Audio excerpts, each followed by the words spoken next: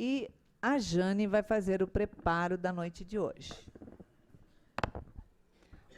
Boa noite a todos.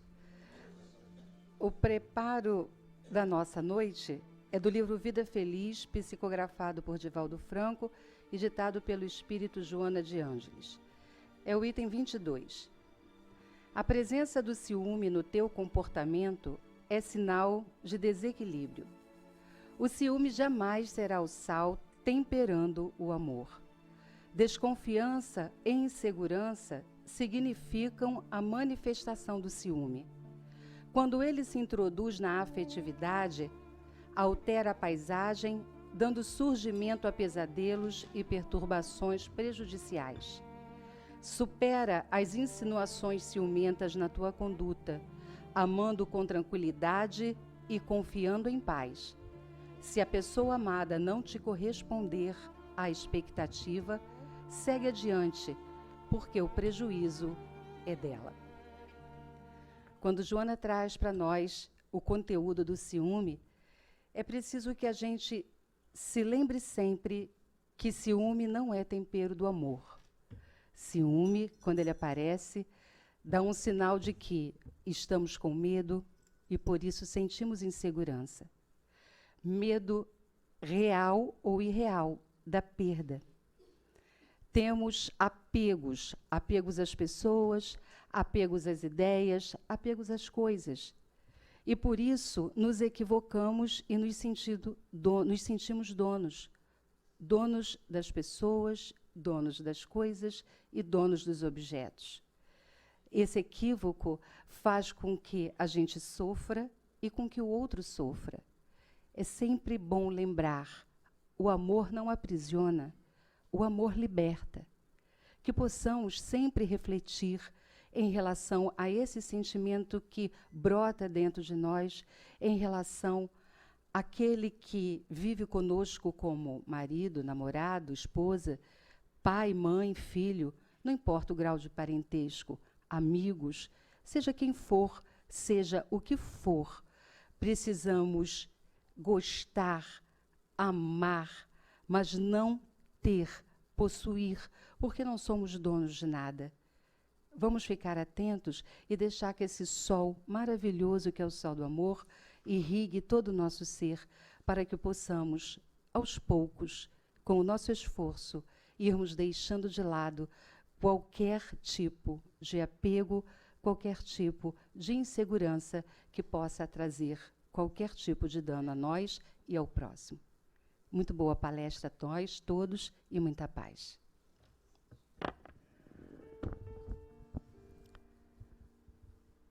Jesus, mestre amigo, consolador, que nos envolve nesta noite de hoje, pacificando os nossos corações, te pedimos, mestre, auxilia-nos para que tenhamos a sensibilidade de compreender os seus ensinos e os seus exemplos, como pedimos também a nossa mentora amiga amorosa, que envolva com o seu carinho o nosso amigo querido, Alberto Rosa, que vem nos trazer os estudos da noite de hoje. Graças a Deus. Lembrando que a nossa palestra e o nosso curso são transmitidos pelo canal 14 da FEB TV. Tá? Até que horas que eu falo?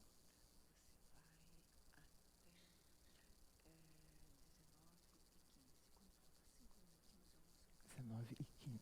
Tá. Tá bom. Já tá?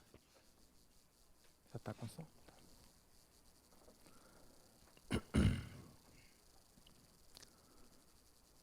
Minhas queridas irmãs, meus queridos irmãos, boa noite a todos.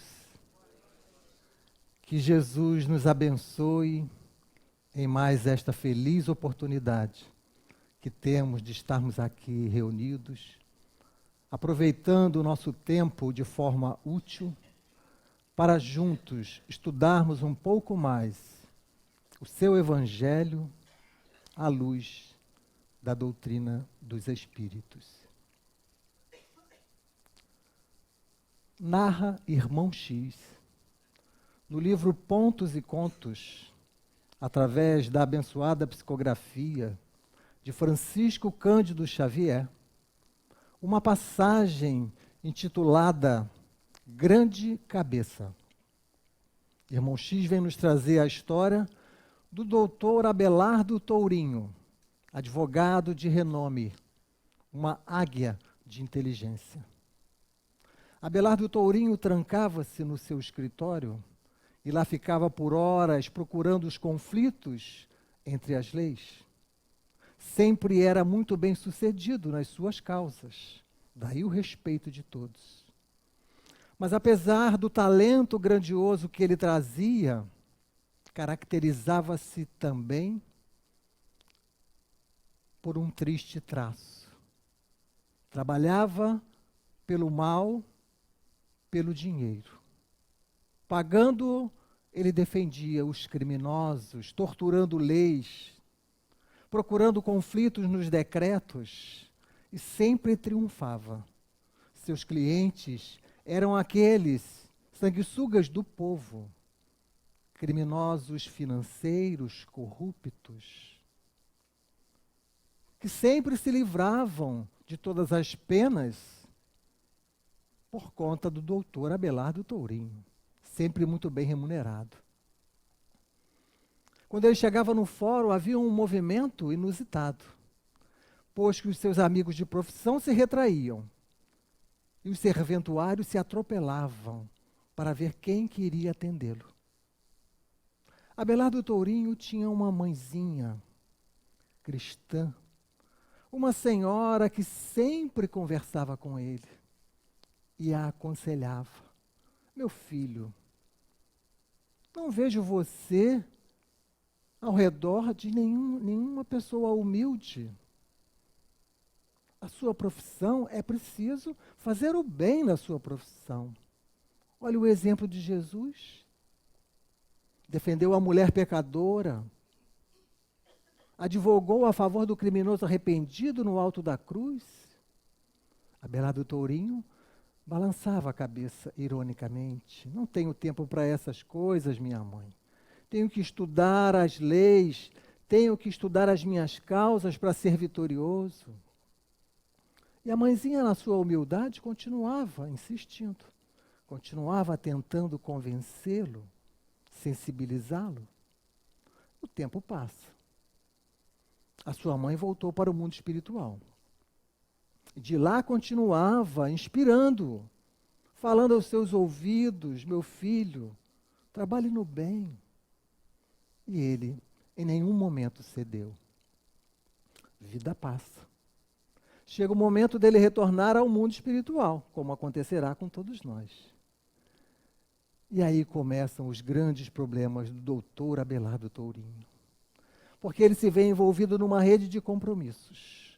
No mundo espiritual não consegue ficar equilibrado, literalmente, porque fica ao chão, porque a sua cabeça cresce enormemente, tirando o equilíbrio físico.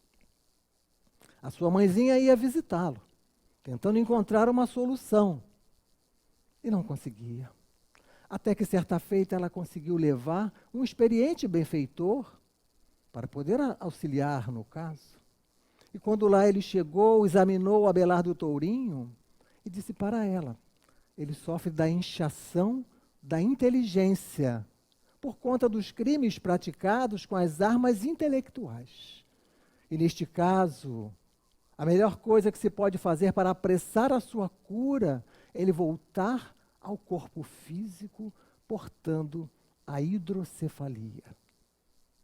A sua mãezinha chorou, amargurada, mas sabia que aquela era a solução, que não havia como enganar a Deus, que era preciso voltar para expiar as suas faltas. E assim, algum tempo depois, os benfeitores espirituais podiam identificar num corpo disforme, com um crânio completamente disforme, sobre uma cadeira humilde de rodas, Abelardo Tourinho, que pela misericórdia de Deus, com o amparo de Jesus, volta para expiar as suas faltas. E essa é a passagem que trazemos para pedir a atenção de todos, para colocar as nossas mentes, corações, na sintonia do tema da noite de hoje: arrependimento e expiação. Vimos no exemplo do irmão X que o doutor Abelardo Tourinho não se arrependeu e precisou voltar de uma forma compulsória. O que a doutrina espírita nos fala sobre isso? Pois todos nós ainda estagiamos nas nossas fraquezas, nas dificuldades, fazemos coisas erradas, tomamos decisões erradas, fazemos escolhas equivocadas, e com isso infringimos as leis de Deus. Como fazer? O que a doutrina espírita nos fala? Como nós podemos nos melhorar? Porque é para isso que a gente vem aqui. A gente vem aqui para encontrar material para mudar a nossa vida. E só vamos conseguir mudar o homem, ou só vamos conseguir nos modificar, se nós tivermos material de reflexão que faça a gente se convencer de que aquilo é a verdade. Não adianta apenas nós nos emocionarmos. Às vezes nos emocionamos, choramos ao ouvir uma passagem de Jesus, mas chegamos lá fora e continuamos fazendo as mesmas coisas. A doutrina espírita, os benfeitores vêm dizer que convicção não se impõe. É preciso que a gente se convença. E se a gente for ao Livro dos Espíritos, nós vamos ter muito material para nos convencer. As obras da codificação como um todo e as subsidiárias também. Ora, Allan Kardec apresenta no livro Céu e Inferno o Código Penal da Vida Futura, onde lá ele vai nos dizer o seguinte: toda e qualquer falta às leis de Deus, para poder ser resgatada, para podermos zerar a conta daquela falta, nós precisaremos passar por 3 fases. Primeiramente, nos arrependermos, entendermos que aquilo foi um erro, termos consciência do mal que praticamos. Mas isso não basta. É preciso, numa segunda fase, expiarmos, sofrermos o mal que fizemos o outro sofrer. E ainda não basta. É preciso agora repararmos. Seja uma reparação individual, irmos à pessoa e fazemos o bem, ou seja, uma reparação de uma forma genérica, geral. Mas são 3 fases. E a gente começa então a perceber que para reparar uma falta dá trabalho. A gente começa logo a identificar que fazer o mal é um mau negócio. Porque precisaremos primeiro ter a consciência do erro, depois sofrer a expiação e depois passarmos para a reparação.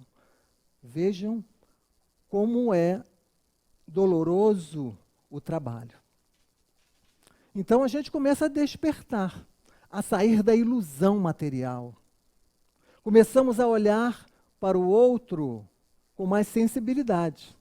Passamos a identificar na dor do próximo algo que nós podemos fazer para ajudar. Passamos a entender que o bem é o único caminho para nós nos recuperarmos. A reparação, ela poderá vir muitos anos depois, para cada falta.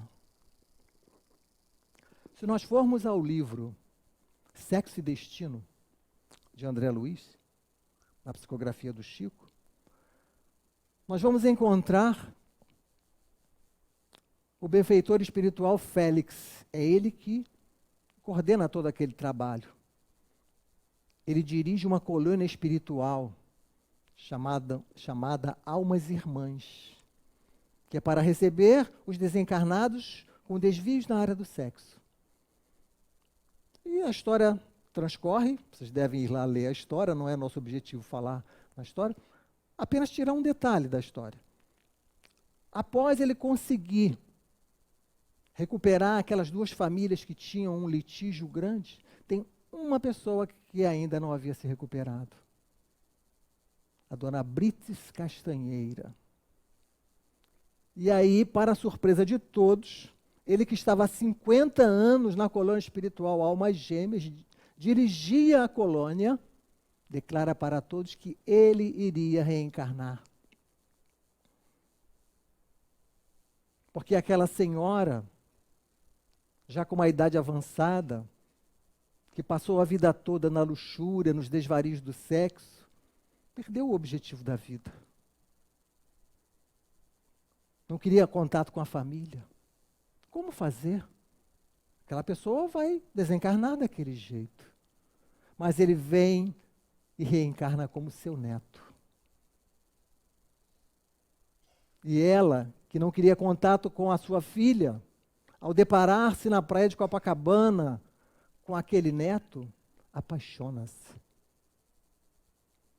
E a partir deste ponto, o irmão Félix começa a reparação da sua falta, porque foi ele lá atrás, quando ela era casada e tinha uma vida normal, vamos dizer assim, não cometendo nenhum delito, e ele, um jovem, bonito, aproximou-se dela e a conquistou. É claro que ela cedeu e tem a falta dela, mas ele foi o estopim, ele foi o gatilho de tudo.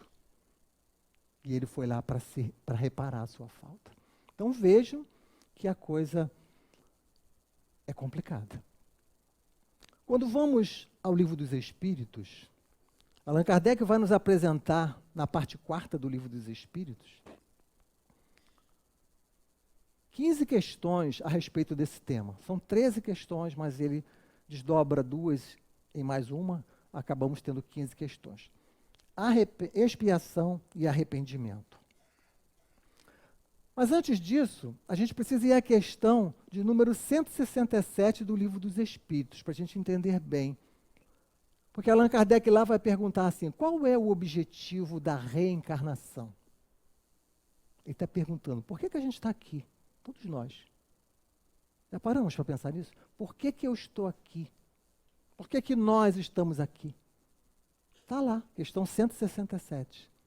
Os benfeitores espirituais respondem, expiação, melhoramento progressivo da humanidade. Sem isso, onde estaria a justiça? Então precisamos voltar para expiar, para melhorar progressivamente, passarmos por provas, o que é diferente de expiação. E sem isso, não haveria justiça. Então a gente começa a perceber que a gente não consegue enganar a Deus. Não adianta nós fazermos as coisas escondidas. Não adianta nós usarmos todos os subterfúgios para que o homem não descubra, para que a lei dos homens não descubra, porque Deus sabe de tudo.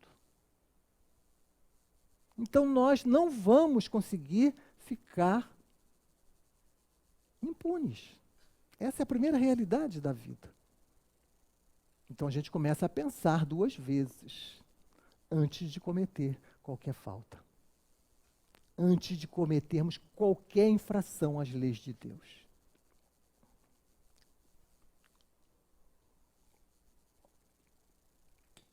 Vamos escolher algumas poucas questões aqui dentro do tempo para a gente aprofundar um pouco o tema.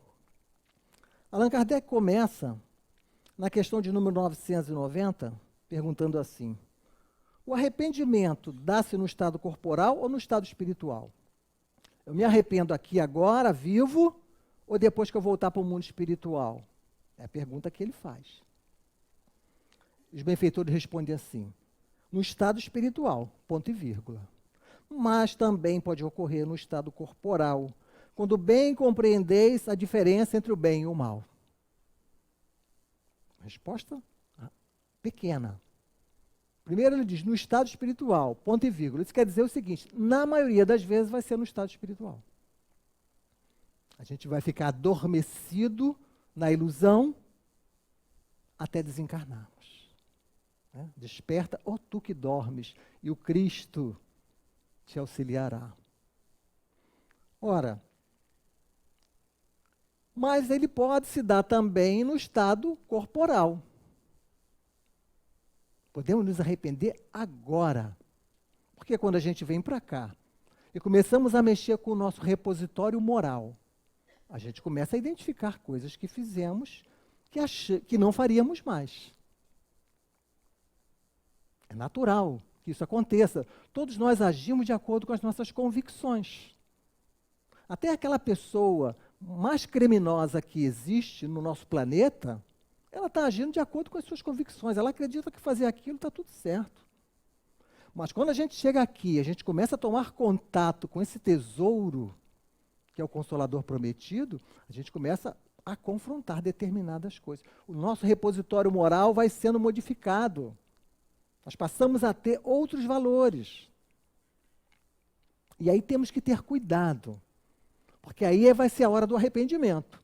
De fato, eu fiz aquilo, pisei na bola, não era para ter feito aquilo. Mas temos que ter o primeiro cuidado para não entrarmos no arrependimento adoecido, que se chama remorso. Arrependimento é algo para cima. É algo onde eu identifico, eu sou um espírito em evolução. Eu tomei aquela atitude porque naquela época é assim que eu achava que devia viver. Mas hoje eu estou sendo apresentado a novas verdades. Então eu não quero mais ter aquela atitude. Eu vou me recuperar, mas eu não posso entrar num remorso que me leva à autopunição. Porque aí nós vamos nos paralisar. O remorso é o arrependimento doente, patológico. Remorso é porque a gente fica sofrendo, porque aí eu estou sofrendo, eu estou sendo punido, eu estou me liberando da minha falta. É a nossa imaturidade psicológica, espiritual, que vai nos fazer ter atitudes dessa forma, às vezes sem nem nos darmos conta. Então, o arrependimento, na real concepção da palavra, ele deve ser algo positivo, como a resignação. Né? A Joana de Anjos nos fala na resignação dinâmica. Não é resignação de, tá bom, então tá. Não é isso, tá bom, eu entendi que eu errei, mas eu não quero mais errar. Então eu vou fazer por onde, eu vou tomar atitudes para que isso não aconteça mais. O arrependimento é por aí. O arrependimento construtivo. O arrependimento que constrói, que nos faz reparar faltas, que nos faz encarar com tranquilidade as nossas falhas. Nós falhamos porque as nossas convicções estão desarmonizadas. Na medida em que a gente vai descobrindo novas verdades, a gente vai mudando o comportamento. Desculpa. Por isso que não adianta a gente achar que a gente vai acordar um dia e vai virar anjo, porque não vai ser assim. Então, quando a gente propõe o estudo, é para isso. O estudo é para me dar material que me faça mudar de ideia, que me convença. É verdade, eu não tinha pensado isso. Eu não sabia disso, eu nunca tinha pensado isso. Então, nós precisamos estudar, nós temos a doutrina espírita, que é um tesouro, mas se a gente não abre esse tesouro, ele para nada serve, fica guardado. O homem precisa de material para a sua meditação, reflexão, para que ele resolva mudar. Ninguém vai mudar o outro. Ninguém obriga o outro a ser bom. Ninguém. Nós precisamos nos convencer. Na 991, Allan Kardec vai perguntar: qual a consequência do arrependimento no estado espiritual? O que acontece? Voltei para o mundo espiritual, agora caiu a ficha, me arrependi. E aí? O desejo de uma nova encarnação para se purificar. E aí nós vamos ter que planejar uma nova encarnação, entrar na fila da nova encarnação, e aguardar, pacientemente. A gente começa a chegar à conclusão de que, antes da gente chegar na outra pergunta, nós já estamos chegando a uma conclusão. Qual o melhor negócio? Nos arrependermos agora. E é o que Kardec didaticamente vem encadeando as perguntas. E ele pergunta na 992, qual a consequência do arrependimento no estado corporal? Se eu me arrependo agora, o que acontece? Resposta dos espíritos. Avançar já na vida presente. Ora, não é isso que a gente quer? Se ainda houver tempo para reparar suas faltas. Quando a consciência o censura e lhe mostra uma imperfeição, o homem pode sempre melhorar-se. Ora, mesmo como a gente tem várias obras, André Luiz, por exemplo, tem várias. O próprio Sexo e Destino tem esse caso. Mesmo que a gente esteja à beira da desencarnação e a gente se arrependa, isso faz uma diferença enorme na nossa existência. Enorme. Lá no Sexo e Destino tem exemplos disso. Por isso que a doutrina espírita condena veementemente a eutanásia. Por quê? Naquele momento em que a gente acha que aquela pessoa não tem mais o que fazer na vida, o espírito está ali, inteiro. E muitas das vezes, naquele período que ele vai ficar assim, ele vai se arrepender das suas faltas. Ele vai pedir perdão mentalmente. Ele vai fazer mais do que fez na sua vida inteira. Às vezes em uma semana, em 2 semanas. Então, o arrependimento na vida atual é o melhor caminho e a gente começa a fazer já. Por isso que Jesus diz para a gente, né, lá no Sermão da Montanha, Mateus registra no capítulo 5, os versículos 21 ao 26, nós vamos encontrar mais ou menos o seguinte: Jesus vai dizer assim: vocês aprenderam que não devem matar. E é verdade, não devem mesmo, porque serão levados a julgamento. Mas eu venho lhe dizer o seguinte: vocês não devem se encolerizar pelo seu irmão, se magoar, se ressentir, porque também serão levados a julgamento. Vocês não devem desprezar o seu irmão. Dizer raca, é o que ele diz, porque raca era um desprezo, porque serão levados ao tribunal.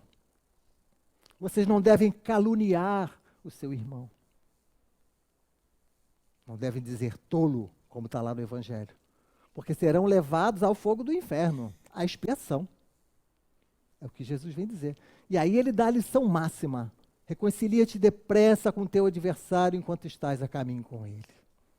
Para que ele não te entregue ao juiz, o juiz não te entregue ao oficial de justiça e você seja metido em prisão, de onde de lá só sairá depois que tiver quitado o último centavo. Jesus está falando da expiação, do arrependimento. Na possibilidade que a gente tinha para entender naquela época. Agora a doutrina espírita vem e escancara, e deixa tudo claro. Não dá mais para a gente voltar para o mundo espiritual e dizer assim: ah, mas Jesus falou isso, mas eu não entendi desse jeito. Porque agora não tem jeito, está aqui. Está tão claro que qualquer pessoa entende. Não precisamos ser pessoas cultas para entender a doutrina espírita. Qualquer pessoa entende. Então, o arrependimento, na vida atual, nós temos vários exemplos. Maria de Magdala, esse exemplo sublime. Aquela mulher que tinha uma vida pecadora, que quando vai à casa de Simão Pedro, encontra-se com o mestre, e aí ela se transforma.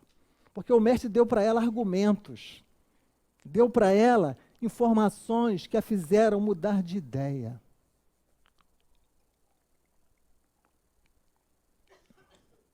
Jesus diz para ela, fala para ela da importância das mães no mundo. E ela diz assim: desgraçada sou eu que não posso ser mãe. Ela fecha a porta, ela não vê uma saída para ela. E Jesus escancara a porta e diz assim: o que você acha que é mais importante aos olhos de Deus?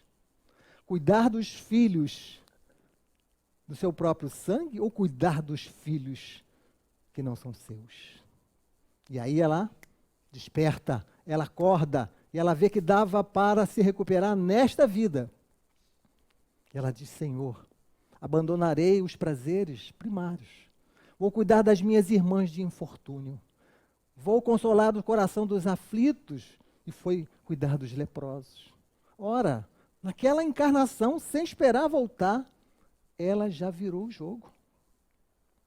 Então vejam como nós também podemos, guardadas as devidas proporções, virarmos o jogo da nossa vida. Começarmos a construir a nossa felicidade. Iraci falou aqui da felicidade, que todos nós queremos ser felizes, e é isso. Perguntarmos para todos nós: o que você quer na vida? Eu quero ser feliz. Mas como ser feliz? Questão 922 do Livro dos Espíritos. Allan Kardec vai dizer para a gente o que a gente precisa para ser feliz. Porque ele vai perguntar mais ou menos assim para os espíritos: qual é a felicidade comum que nós podemos almejar na Terra? O que nós podemos ter na Terra para sermos felizes? Os benfeitores respondem assim: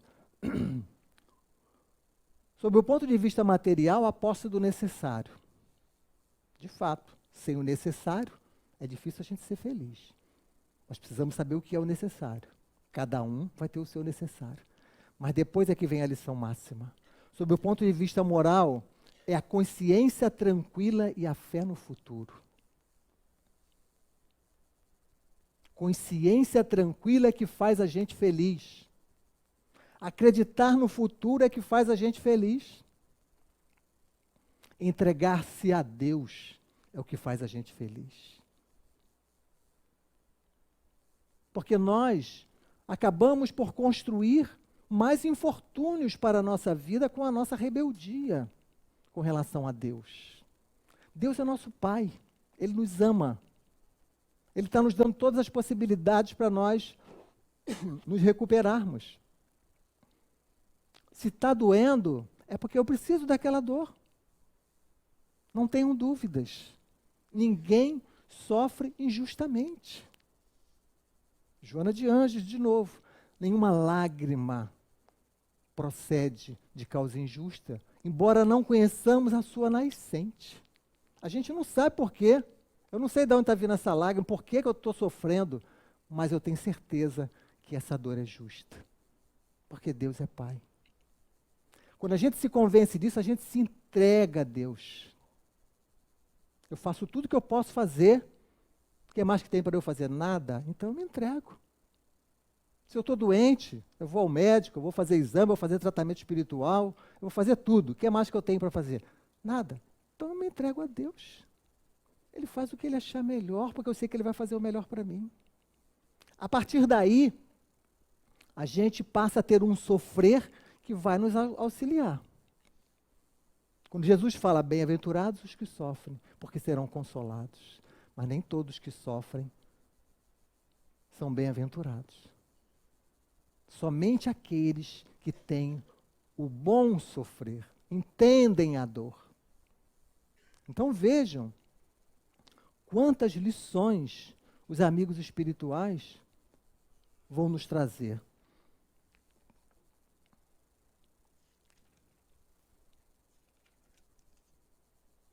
A última questão que Allan Kardec apresenta para nós: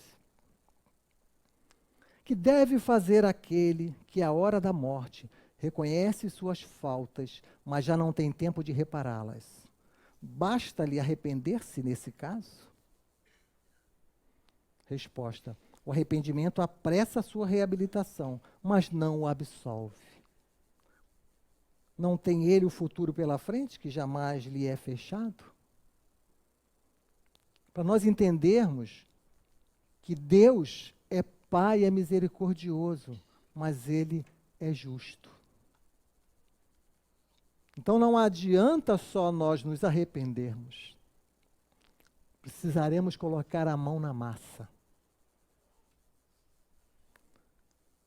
Aqui os benfeitores falam, só por meio do bem se repara o mal.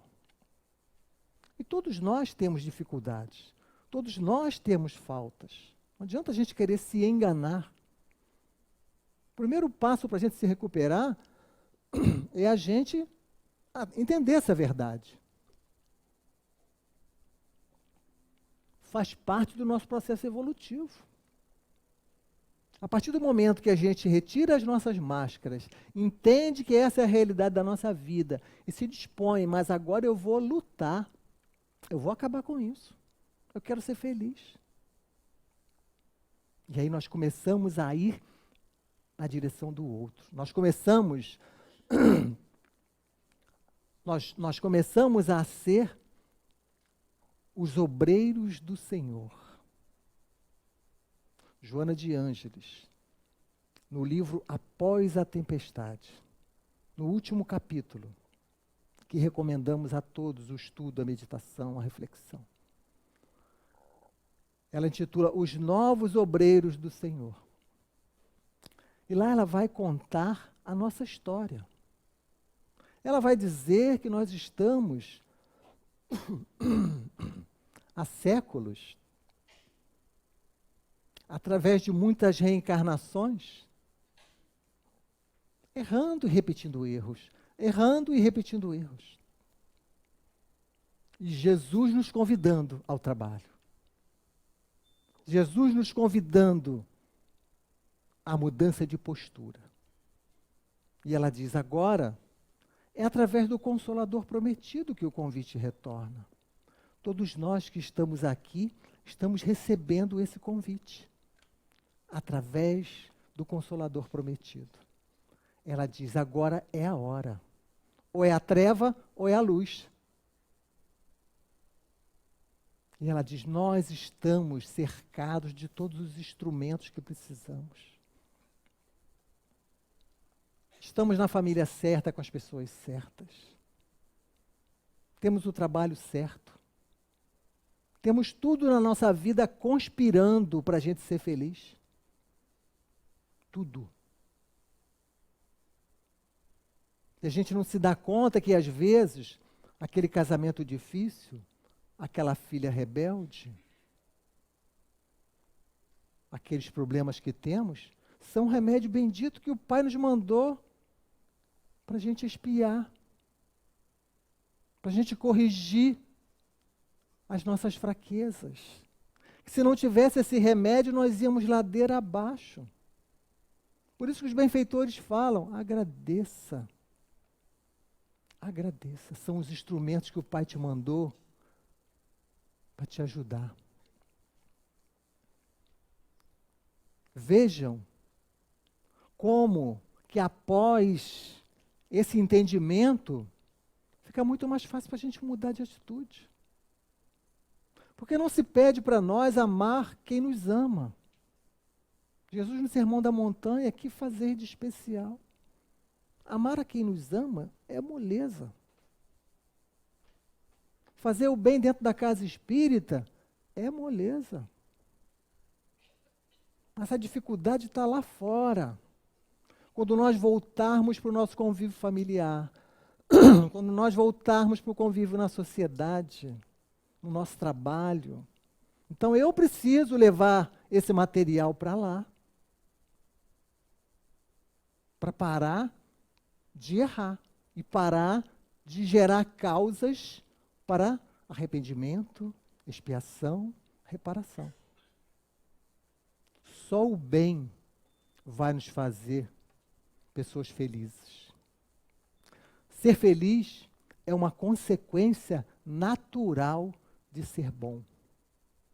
Quem quer ser feliz, faça o bem.